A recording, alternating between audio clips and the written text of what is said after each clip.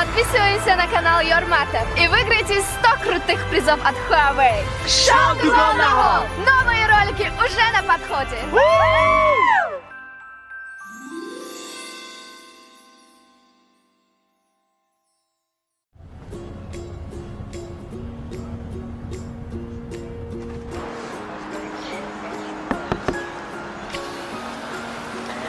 سلام بچه خوش رو شما نراسه درست می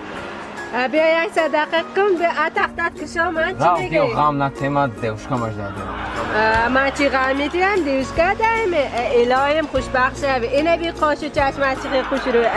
الهیم یکون فرزندت خودت بانی خوش رو چه شود بیا اکن بیا سه حرکتی صدقه کن بیا نه نگو عمر تیه تو انسان آدم ها زندگانی کداست تو باشد بیا یک صدقه کن من میبرم من تو خلر نمیرسم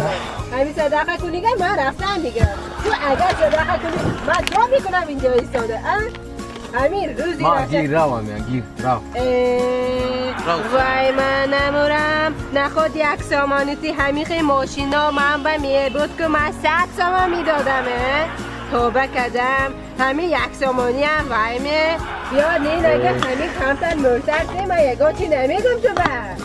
با ما گیرم نه راو تام غام نتی انا این گفی دیگر من میدانستم بچه های دوشنبه شیدری بوده گیشه ای رحمت تو به همین که اتلفا خانی خواهی یک تا تلفا خریده او کجا 6000 به گرد از اور بوده است که همین به سیم کارتش به پول نبودم به من اتو صدقه پرسیدم ده رحمت تو به تویم رفت ارزان سگی من این بوکلیت گفته خان عکسیه شدوست تلفانوش گرد از اور باور کن 100% من گارنتی میدم زور تلفانوش رفت یک تلفن برتویم مایلش می مایل من روم وایه به نرد همون نامیره نکه سیگنال دادی که بودم وایه به همین سیانکه به موشین خطا موندن بیوی ایکسیش هم هسته نرد نامیر به نرد وایه به نرد گفتم